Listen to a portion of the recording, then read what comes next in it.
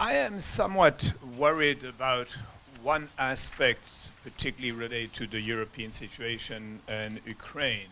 When I see that the President of the United States signs a declaration making the Golan Heights territory of Israel in very weird circumstances, considering that Israel conquered the Golan Heights and that every single international treaty obligations and UN resolution would normally say that it should go back to Syria.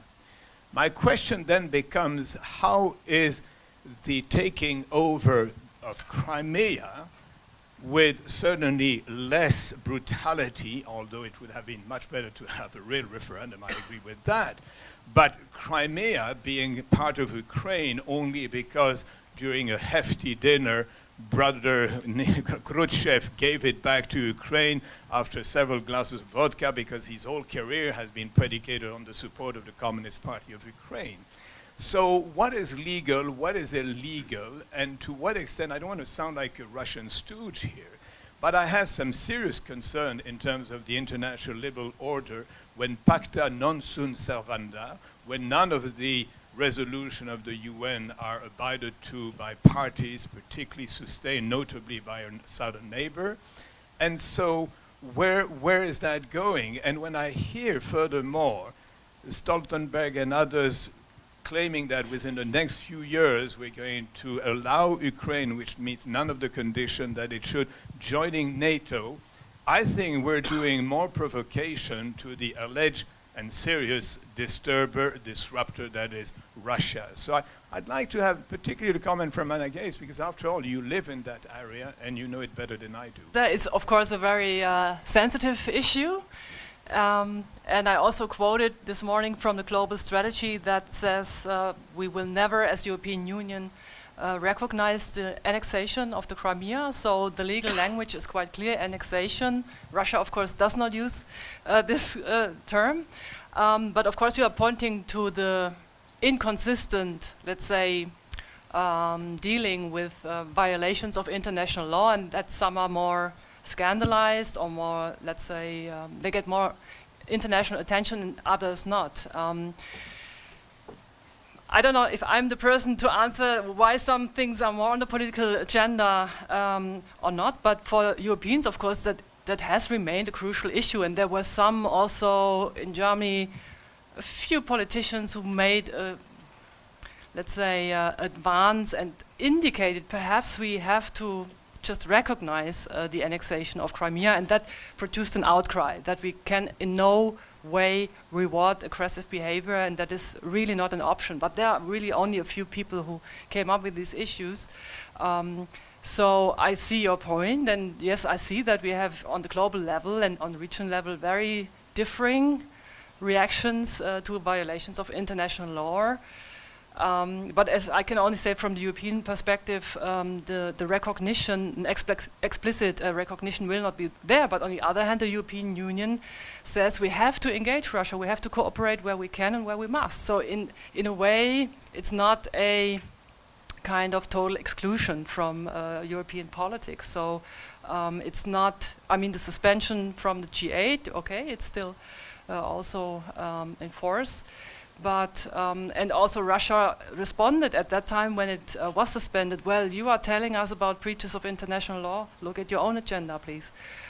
So it's a weak spot, definitely.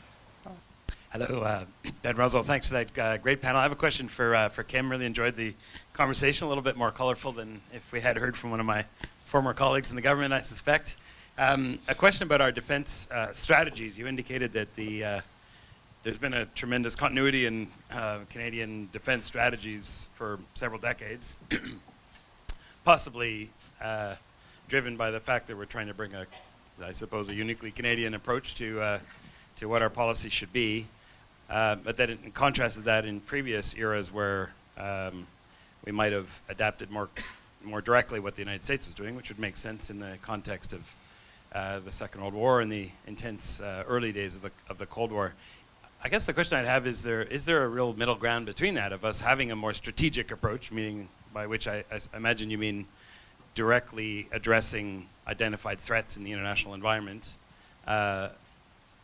and one that has that sort of uniquely Canadian feel. If our defense, if any meaningful policy we're going to have will involve integrating very tightly with the United States or with other allies, what kind of leeway do we have for a more genuinely strategic approach to defense policy?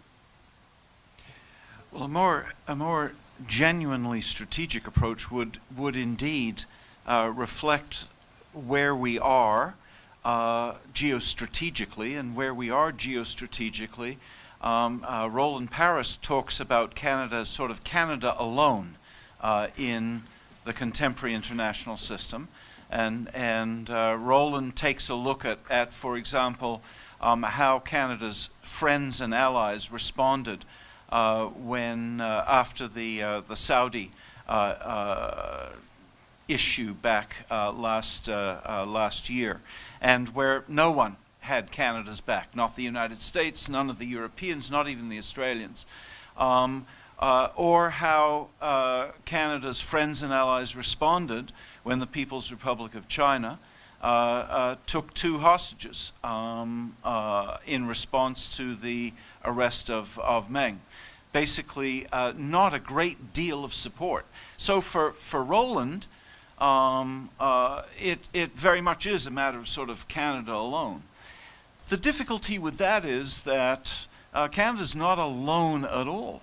The fact is that in the emerging global order, we know where we've got to be, and that is tightly in with the United States, because there ain't no other alternative. Sorry, I'm a political scientist. I know I'm not supposed to say that.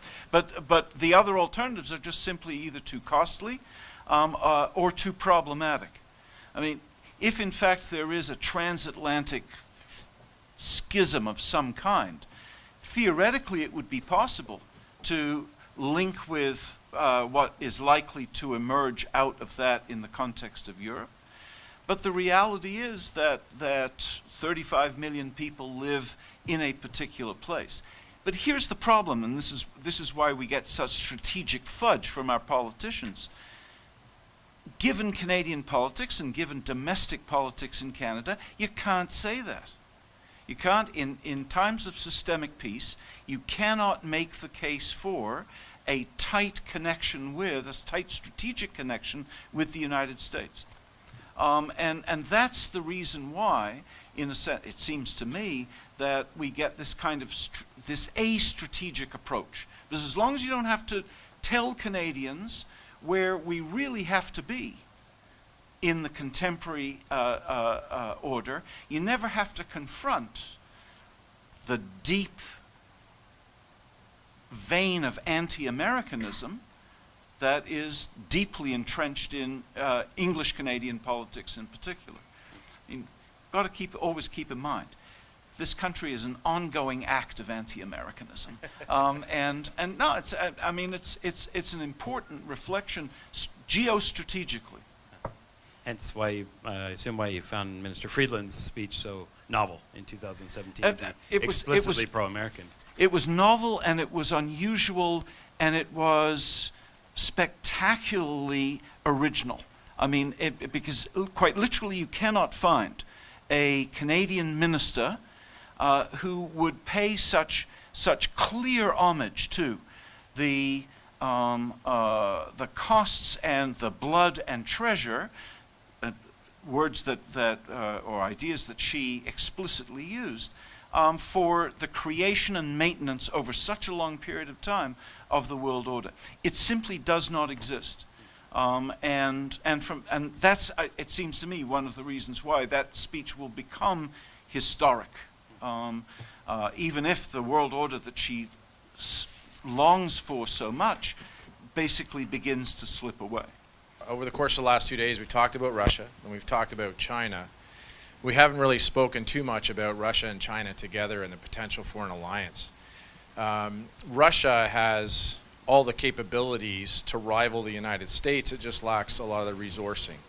China, on the other hand, has the ability to build all kinds of weapon systems and platforms, all the resources necessary to do it, but they don't have the time to do that generational build of capabilities, which could only or could be accelerated through through a building partner capacity kind of program with Russia.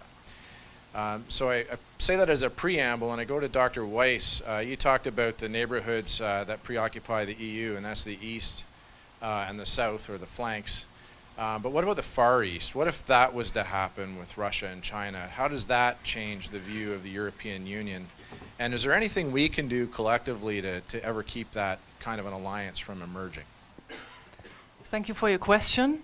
Yeah, as I said, the outlook of the European Union is more parochial and not really global in its ambition. So what is going on in the Far East is, of course, followed closely, but I'm not sure whether the European Union can do much about certain alliances emerging, because we have, I mean, trade policy is a union policy, and China, of course, does its business, and of course, Russia would also like to diversify its energy exports. We had it, I think, also yesterday in one of the panels. So I think to the extent that Russia feels driven away from Europe, then of course it looks to the east. So your question might also refer back to the question we had also in the North Atlantic panel. Who can start to re-engage Russia? Dr. Osawa said perhaps some individual NATO states will do that, but before that, relations will get worse before. So I think it's also, I mean, this pivot to the east of Russia is of course also caused by experiencing the sanctions, by not really being recognized as the great power it would like to be recognized. So of course we have a co-responsibility perhaps for this shift, but the European Union, as I said, in itself is totally divided. Some would like to have way more better relationships with Russia. Some would like to do way more business with Russia. But we have a division, we don't have a unified position. So I think it is a crucial question that you are asking, but from the European Union side, there will be no strategic unified answer, which is of course one of the problems. I don't know if Dr. Osawa might perhaps add a perspective from the NATO part of it. But so I see your question, but I don't have a satisfactory answer to that. At the risk of asking my boss a question, I do have. Someone pass the mic to somebody else. You touched on 3 points, sir, that domestic politics is a driver, channels for intention, influence, and no secrecy anymore.